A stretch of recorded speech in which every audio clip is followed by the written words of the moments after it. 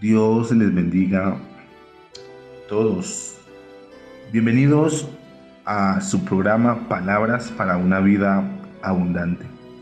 Un espacio donde Dios nos está edificando la vida de manera muy personal a cada uno de nosotros.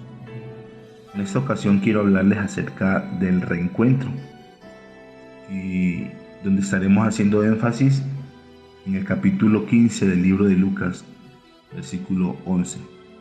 Pero antes de profundizar en el texto, quiero que hablemos un poco acerca de lo que tiene que ver con un reencuentro. Podemos decir que es hablar de reencontrar algo o reencontrarse con alguien. Es decir, encontrarse nuevamente o también recuperar algo que se había perdido en una ocasión. Para que haya un reencuentro, tiene que haber antes de eso algún tipo de separación o de distanciamiento. Porque no siempre el reencuentro se hace de manera voluntaria o porque usted lo haya planeado. Puede surgir de manera casual, por casualidad, como decimos. Pero también en muchos momentos no tiende a ser muy agradable, porque en ciertas ocasiones hubo indiferencia y volverse a encontrar con cierta persona que en algún momento hubo una situación desagradable y que usted se vuelve a encontrar otra vez con la persona, ya no va a ser algo que le genere a usted mucho agrado. Y más cuando quedaron situaciones sin resolver.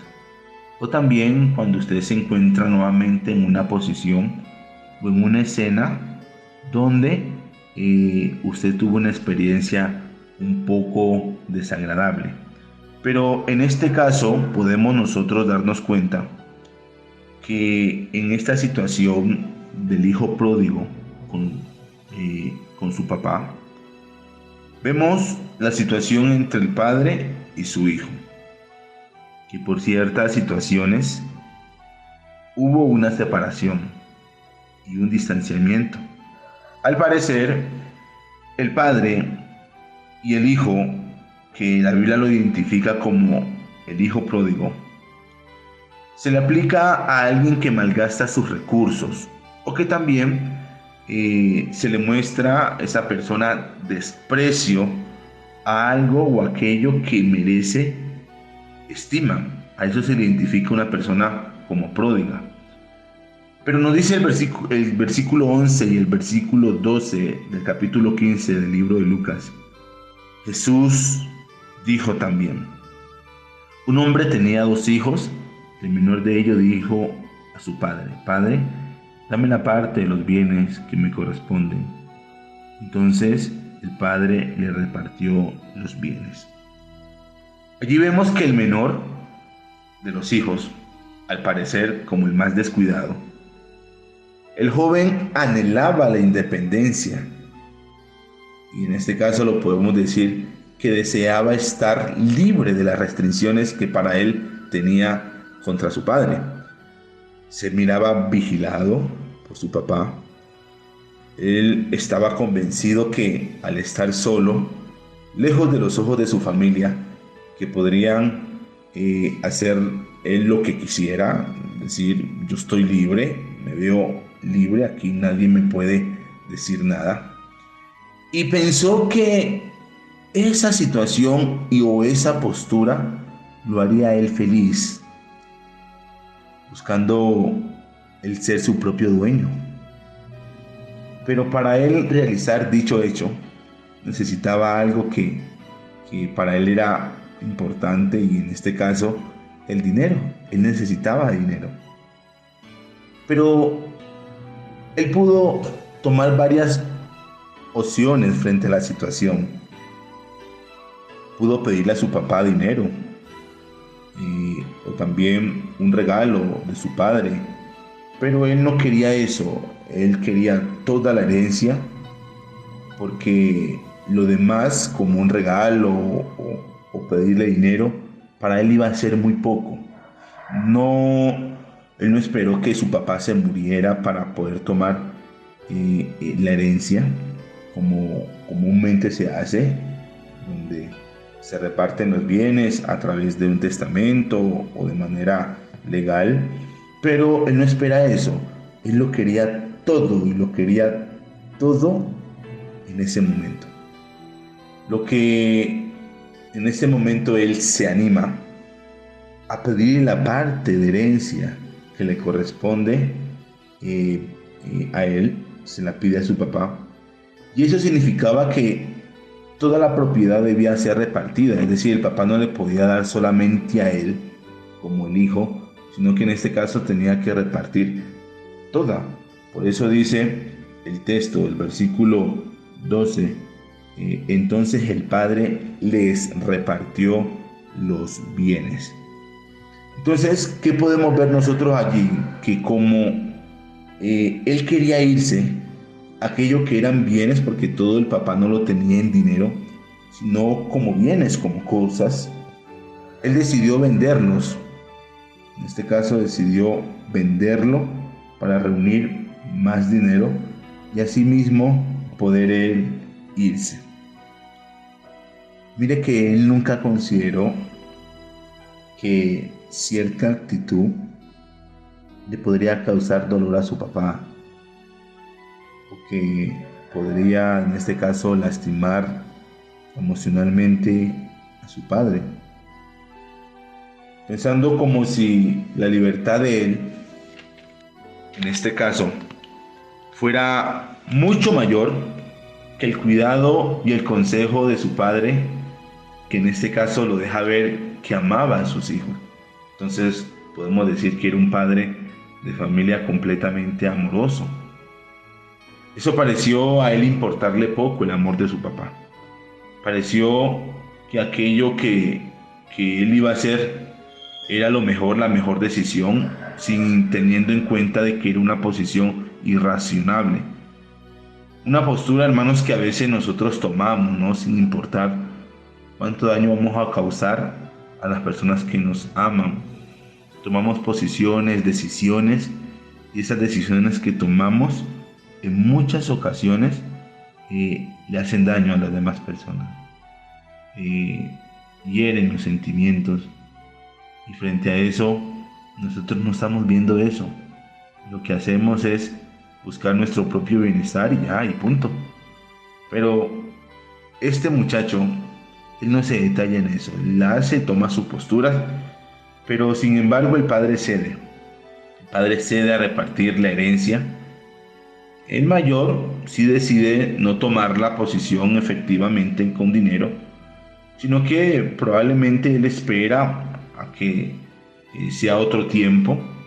Pero nos dice el versículo 13 que unos días después el hijo juntó todas sus cosas y se fue lejos, una provincia apartada, y allí dilapidó sus bienes llevando una vida disipada. Él no se va lejos, en este caso de su casa, por alguna diáspora que tenga el pueblo, una situación que el pueblo estuviera viviendo o situaciones como tal. Él no, sino que embriagado él por sus nuevos recursos, donde vemos con el deseo de él gastarlo, de írselos a gastar lo más rápido posible, se va lejos, donde alguna intervención de su familia no la apliquen hacia él. Se va para que nadie le diga nada, nadie le dé un consejo, nadie le oriente, le diga: mi hijo, no administre sus dineros de esta forma, porque es que él lo hace de manera irresponsable. Pero se cree que él se ve con todas las capacidades para enfrentar un mundo sin orientación de la experiencia. Él cree que se lo sabe todo, ¿no? A veces nosotros como jóvenes pensamos de que nos las sabemos todas, de que por ahí son las cosas, de que ese es el camino, de que por ahí es la postura, la posición. Pero en este caso, él no piensa eso, él cree que la tiene clara, que la sabe toda, pero por ahí no es el camino, por ahí no es el camino. Por eso, él recoge todo sin dejar nada, por si en algún momento diría, bueno, si yo voy a dejar mejor esta partecita, por si de pronto fracasa la situación o fracasa mi proyecto de vida y yo de pronto le tuviera que volver otra vez a casa. Él no piensa eso. Gastar sus recursos eh, sin un cuidado administrativo adecuado, en él eso es lo que importa, eso es lo que para él es lo más importante. Yo gasto y quiero irme por esa ruta. Pero hermanos, nosotros tenemos un dicho, que él gasta a diestra y siniestra sin pensar las cosas. Por eso nos dice el versículo 16, perdón, el versículo 14, cuando ya lo había malgastado, sobrevino una gran hambruna en aquella provincia y comenzó a pasar necesidad. Las cosas se le salen de control. Ahora las cosas van de mal a peor. Se le acaba el dinero. Todo lo que tenía se le empieza a acabar. Sigue el hambre. Empieza él a verse el resultado que tiene en ese momento. Fue por una mala elección que él tomó. Y desde allí empieza para él una amarga experiencia. Que la situación no fue solo para él, sino a toda la provincia, a todo el país. Así que esperar ayuda de alguien era muy difícil debido a que todos estaban en la misma condición. Y mire, hermanos, de que frente a todo esto, uno puede decir que hay posturas que nosotros tomamos que no son las mejores y hoy nos estamos dando cuenta de eso. A veces nosotros sabemos que lo que estamos haciendo no está dando resultado, que por ahí no son las cosas, que lo que estamos haciendo son cosas ilegales, son cosas inmorales, son cosas que no suman sino que restan. Y por más que usted quiera buscarle que las cosas funcionen, usted y yo sabemos que por ahí no van a funcionar. Que esas no son las cosas que van a dar un buen resultado, esas son cosas negativas y usted y yo somos conscientes de eso, pero nos empeñamos a seguir por allí, ¿no? Y eso le pasó a este muchacho. Se empeña en seguir en una postura, en una posición que nos muestra el versículo 15, donde nos dice, se acercó entonces a uno de los ciudadanos de aquella tierra, quien lo mandó a sus campos para cuidar los cerdos. Mire la postura que toma. Busca la manera de sostener la vida con el orgullo, ¿no? De no mostrarle a nadie el fracaso, de que perdió, se rajó, como decimos, quiso mostrarle al mundo de que no había quebrado y quiso sostener la vida así. Por eso decide un trabajo que para la época y la cultura no era visto como algo muy honroso. Piensa en este momento en un trabajo que para este tiempo no es honroso, donde la vida moral y la autoestima queda por el piso, no es bien vista. Y en esa época era así, no era muy representativo. Cierto trabajo representaba mucha humillación, porque hermanos, muchos de nosotros tratamos de vivir y sostener una vida sin los recursos de Dios, donde somos conscientes que las cosas van mal. Usted es consciente que por no tener a Dios, hoy está pasando situaciones como las que está viviendo. Hoy usted sabe que por no tener en cuenta a Dios, las cosas no van bien. ¿Ve? Una vida que es afectada y no querer tomar una postura de arrepentimiento, no aceptar la forma que Dios nos ha presentado a través de sus recursos salvadores. Y usted sabe que a veces nos hacemos duros no queremos aceptar las cosas que Dios nos está dando. ¿Cuántas veces nos han dicho, vea, usted por qué no se acerca a la iglesia? ¿Por qué no se acerca al Evangelio? ¿Por qué no acepta a Jesús en su corazón? Y uno sabe que las cosas son buenas, que son buenas orientaciones, pero frente a todo eso decimos, no, no quiero seguir viviendo así. Y somos conscientes que esa posición y esa postura no da resultado, no nos va a ayudar mucho. Y hemos confirmado de que por allí no es el camino. Pero nos empeñamos a querer sostener la vida así y mostrarle al mundo de que estamos bien, de que las cosas están marchando a la perfección. Pero sabemos que no es así. Somos conscientes de que eso no tiene buenos resultados. Usted sabe que le está restando, que no va a sumar, que las cosas van a hacer mucho daño. Y a pesar de todo eso, allí sigue la persona. Es como cuando la persona se aferra a serle infiel a su esposo o infiel a su esposa. Y frente a ello, sabe que está en una posición de infidelidad, sabe de que lo que está haciendo no está bien, pero como no ha sido descubierto, piensa de que ahí está bien, está siendo muy agradable, pero eso va a hacer daño y va a hacer mucho daño. Y usted sabe que eso, en algún momento que se descubra, la infidelidad va a acabar con su matrimonio, va a acabar con su familia, va a dañar relaciones con sus hijos. Y frente a ello, yo le invito a que tomemos posturas, posiciones. Por eso el texto nos dice en el versículo 16, y aunque deseaba llenarse su estómago con las algarrobas que comían los cerdos, pero nadie le daba. ¿Qué vemos nosotros allí? Vemos que lo único que podía tener a su alcance eran las algarrobas. Las algarrobas eran en esa época una comida para cerdos y ganados que se le daban a los animales. Pero nos damos cuenta que no estaba a su disposición porque parece que otras personas les daban la comida a los cerdos y él deseaba, pero a él nadie le daba, dice el texto. Vemos que las capacidades de sostenerse en dicha posición cada vez eran más complejas, cada vez eran más difíciles, su necesidad crecía más y más. Por tanto, no sabía ya cómo sostenerse. ¿Y usted cree que no nos va a nosotros a motivar y a despertar conciencia esta postura? ¿Eh? ¿Usted cree que le va a dar resultado estar en contra de los presupuestos de Dios? ¿Usted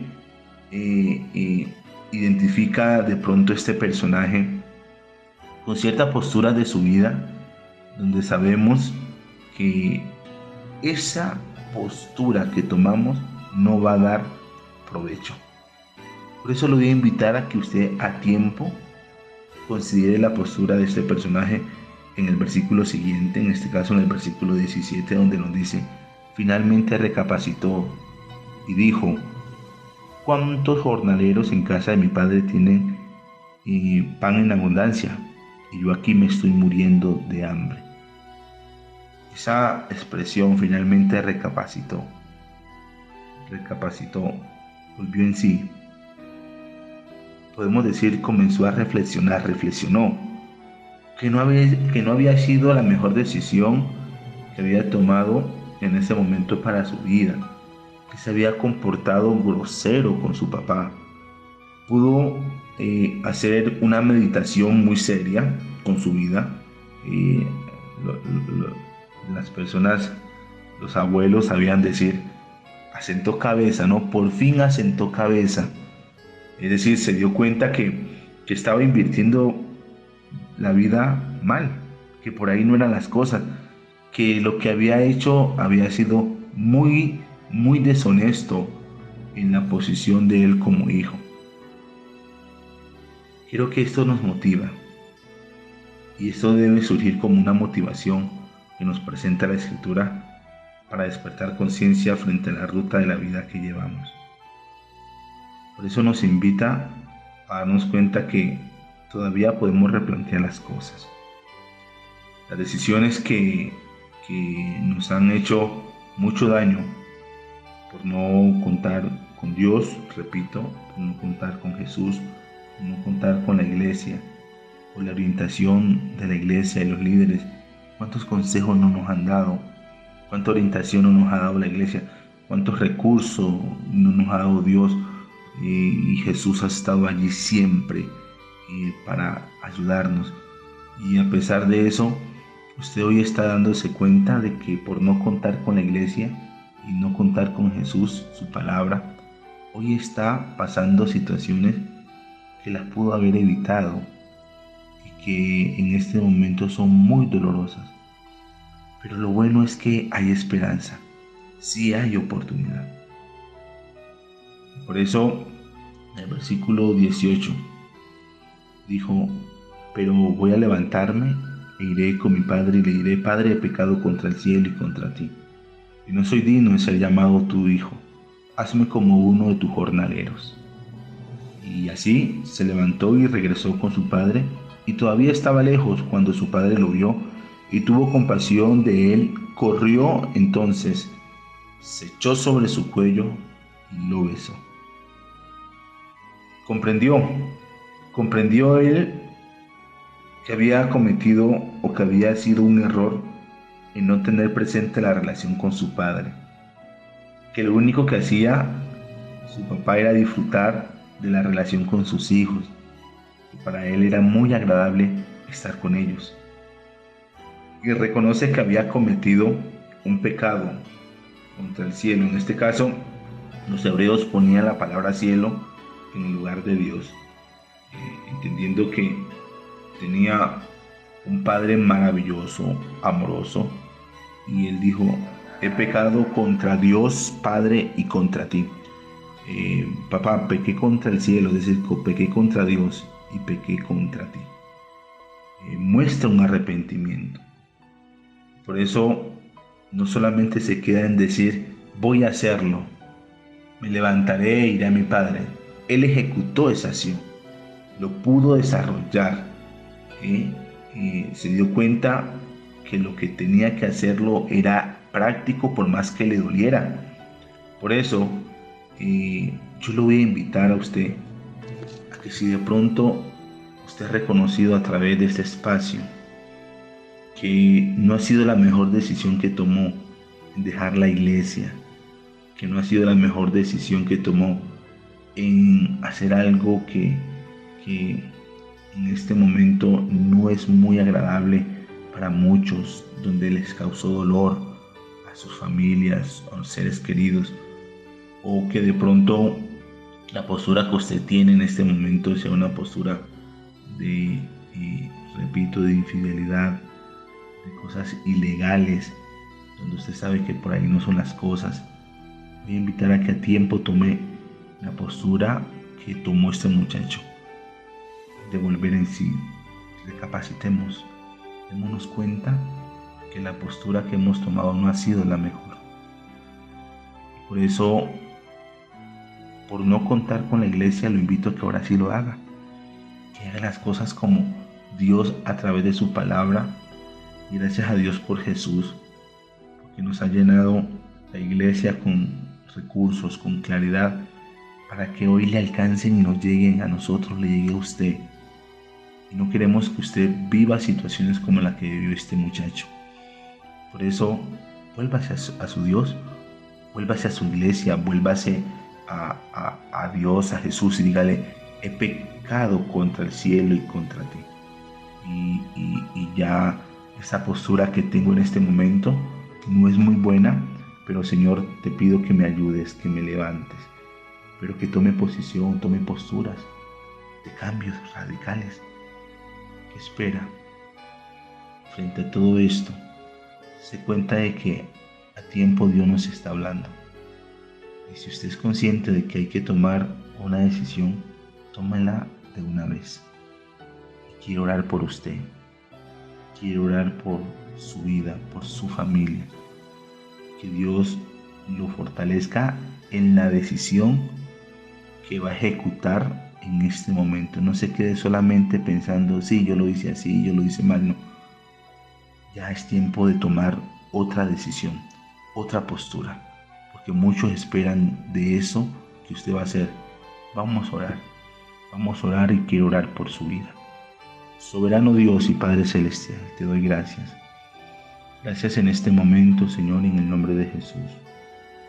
Me uno, Señor, a muchas oraciones en este momento, donde probablemente la situación que se esté viviendo no es la mejor, y donde, Señor, hoy se está cargando con situaciones que por no tener en cuenta tu palabra, por no tener en cuenta los recursos que nos has dado, Señor, hoy estamos cargando consecuencias difíciles, dolorosas, angustiantes. Señor, en tus manos presento la vida de cada uno de mis hermanos, de las personas que están escuchando, de cada uno de los oyentes. Y te pido, Señor, de que en la posición que tomemos seas tú recibiéndonos, Señor, dándonos el perdón. Necesitamos descanso para nuestras almas, Señor. Y por eso, Dios mío, en tus manos nos ponemos. Y te pido que ayudes, Dios mío, a aquella persona que en este momento está tomando decisiones, está tomando postura, Señor, y quiere y está tomando un replanteamiento para sí, se está volviendo a ti, Señor.